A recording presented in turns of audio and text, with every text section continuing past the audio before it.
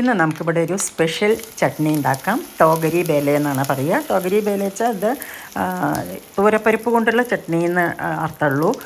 പിന്നെ ഇത് നമുക്ക് കുറച്ച് ലൂസായിട്ട് ഉണ്ടാക്കാം, അല്ല കട്ടിക്ക് വേണമെങ്കിൽ കട്ടിക്ക് ഉണ്ടാക്കാം കേട്ടോ. അപ്പോൾ ഞാനിവിടെ ഇത്തിരി കട്ടിക്കാണ് ഉണ്ടാക്കിയത്, ഇഡ്ഡലിക്ക് വേണ്ടിയിട്ടാണ് ഉണ്ടാക്കിയത്. അപ്പോൾ ദോശയ്ക്ക് ഉണ്ടാക്കുകയാണെങ്കിൽ നിങ്ങൾക്ക് കുറച്ച് ലൂസാക്കിയിട്ട് ഉണ്ടാക്കാം കേട്ടോ. അതിനായിട്ട് ആദ്യം ഒരു ചീനച്ചട്ടി അടുപ്പത്ത് വെച്ചിട്ട് അതിലോട്ട് കുറച്ച് വെളിച്ചെണ്ണ ഒഴിക്കുക.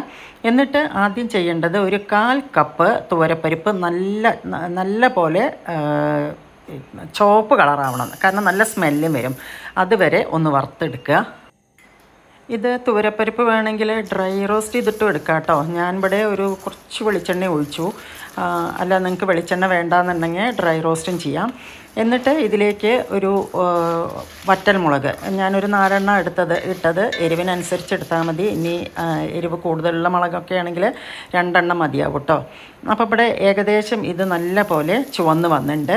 അപ്പോൾ ഞാനിതിലേക്ക് തേങ്ങ ചിരകിയത്, അത് 1/2 കപ്പാണ് ഇട്ടത്. അത് 1/4 കപ്പ് മാത്രം ഇട്ടിട്ട് രണ്ടും ഒരേ അളവിലെടുത്തിട്ടും ചെയ്യാം കേട്ടോ. ഞാൻ പക്ഷേ ഇവിടെ 1/2 കപ്പ് എടുത്തു.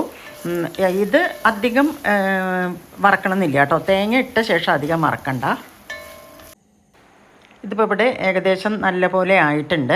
അപ്പോൾ നമുക്കിതൊരു ഒന്ന് തണുത്ത ശേഷം കേട്ടോ ഒരു ജാറിലേക്ക് മാറ്റാം.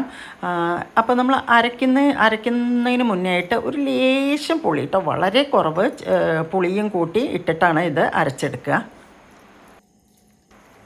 ഇനി നമുക്ക് ഇത് അരച്ചെടുക്കുമ്പോഴേക്കും ഒരു പാൻ അടുപ്പത്ത് വെച്ച് അതിലോട്ട് സിമ്പിൾ ഒരു വറവ് തയ്യാറാക്കാം.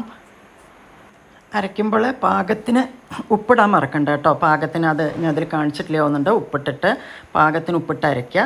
ഇനി ഇതിലേക്ക് വെറും കടുകും ഉഴുന്ന് പരിപ്പും കറിവേപ്പിലയും മാത്രമാണ് വറുത്തിടുന്നത്. മുളക് വേണ്ടവർക്ക് മുളക് വറുത്തിടാം കേട്ടോ, പക്ഷേ ഞാൻ മുളക് വറുത്തിടുന്നില്ല. ടോഗരി ബേല നമ്മുടെ കർണാടകത്തിൻ്റെ ഒരു സ്പെഷ്യൽ ചട്നിയാണ്.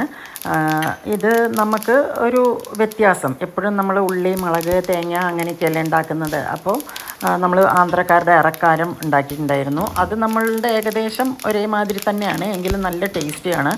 അപ്പോൾ നിങ്ങൾ ഇതും എല്ലാവരും ഒന്ന് ട്രൈ ചെയ്യുക.